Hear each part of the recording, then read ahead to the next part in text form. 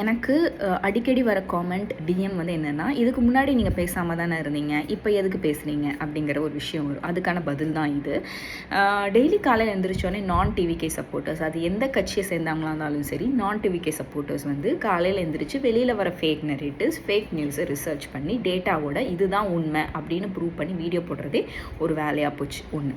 Next வந்து இந்த விஷயம் வந்து வரப்பும்போது எல்லாரும் ஆரம்பித்தாங்க, இந்த மாதிரி இல்லைங்க நம்மளுடைய தமிழ்நாடு ஸ்டேட்டோட ஜிடிபி இது நம்ம வந்து க்ரைம் லிஸ்ட் ரேங்க் லிஸ்ட்டில் வந்து நம்ம இங்கேருந்து இங்கே வந்துட்டோம், இப்போது இவ்வளோ கேசஸ் ரெஜிஸ்டர் ஆகுது, நம்மளுடைய பாஸ் பர்சன்டேஜ் ஒவ்வொரு வருஷம் இன்க்ரீஸ் ஆகுது, நம்ம லிட்ரஸி ரேட் இன்க்ரீஸ் ஆகுது, ஃப்யூச்சரில் இன்வெஸ்டர்ஸ்க்கு என்ன பண்ணிகிட்டு இருக்காங்க, இந்த மாதிரி நிறைய டேட்டாவோட ப்ரெசென்ட் பண்ணும்போது நீங்கள் யாரும் நம்பலை. ஸோ நாங்களாம் என்ன நினச்சோம், வி ஹவ் ஆல்ரெடி சேஞ்ச், நிறைய சேஞ்சஸ் நடந்துட்டுருக்கு, வி வாண்ட் ப்ராக்ரஸ் அப்படின்னு நினச்சி தான் நாங்கள் அந்த கட்சிக்கு நாங்கள் ஓட் போட்டோம். நம்ம வந்து எப்போ நம்மளுடைய பேருக்கு பின்னாடி அந்த ஜாதி பேரை தூக்கிட்டு நம்ம அப்பா பேரை வச்சோமோ அப்போவே சேஞ்ச் நடக்க ஆரம்பிச்சிருச்சு. So all we wanted is progress. So அதனால தான் ஒவ்வொருத்தவங்களும் அவங்கவுங்க கட்சிக்கு ஓட்டு போட்டாங்க.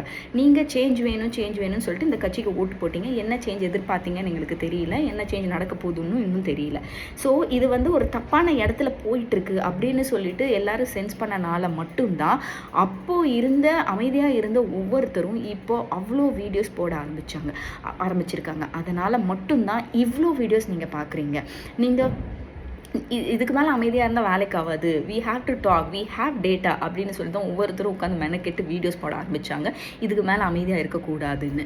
ஸோ உங்களுக்கு இது கஷ்டமாக இருந்துச்சுன்னா, உங்களுக்கு இது ஏற்றுக்க முடியலன்னா, நீங்களும் ரிசர்ச் பண்ணி டேட்டாவோட வந்து பேசுங்க, அவங்கக்கிட்ட கான்வர்ஸ் பண்ணுங்கள். உட்காந்து கெட்ட வார்த்தை பேசுகிறது, அசிங்கமாக திட்டுறது, இது வந்து ஒரு ஹெல்த்தியான கான்வர்சேஷனே இல்லை. இது வந்து டிஎன் ஸ்டேட் எங்கே கொண்டு போய் விடணும் ஒரு இது கிடையாது.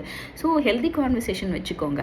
இன்னொரு விஷயம் என்னென்னா, நாங்கள் இன்னும் கேட்குறது ஒரே ஒரு விஷயந்தான், நம்ம ஒரு சிஎம் வந்து ஒரு பதவி ஏற்றுட்டாரு, ஒரு விஷயம் நடக்குது, எஸ்பெஷலி லா அண்ட் ஆர்டர் அவர் கீழே இருக்குது, இவ்வளோ க்ரைம்ஸ் நடந்துட்டுருக்கு, அவர் என்ன பண்ணிகிட்டு இருக்காரு, அதுக்கு சம்மந்தமான டீமோட கான்வர்சேஷன் வச்சுக்கிறாரா இல்லையா? எஸ் அஃப்கோர்ஸ் அந்த 100+ கிரிமினல்ஸ் வந்து அரெஸ்ட் பண்ணாங்க. ஐயா அவங்கெல்லாம் யார்? அதை விட பெரிய கிரிமினல்ஸ் இருக்காங்க, அவங்களெல்லாம் என்ன பண்ணீங்க அப்படிங்கிற ஒரு கேள்வி இருக்குதுல்ல. நிறைய கேள்விகள் இருக்குது. இந்த மாதிரி நம்ம பிஎம் சார் மாதிரி நம்ம வந்து ப்ரெஸ்ஸை பார்த்து பயந்து ஓடிடக்கூடாது. நம்ம அந்த ஸ்டேட் கிடையாது, நம்ம ரிக்வெஸ்ட் பண்ணுற ஸ்டேட்டும் கிடையாது, நம்ம வேறு நமக்கான உரிமையை ஃபைட் பண்ணி கேட்குற இனம் நம்ம. ஸோ இப்போது வந்து ரிக்வெஸ்ட் பண்ணாலும் வேலைக்காகாது, நம்ம வந்து ப்ரெஸ்ஸை பார்த்துட்டு அவரை மாதிரியே ஓடினாலும் வேலைக்காகாது.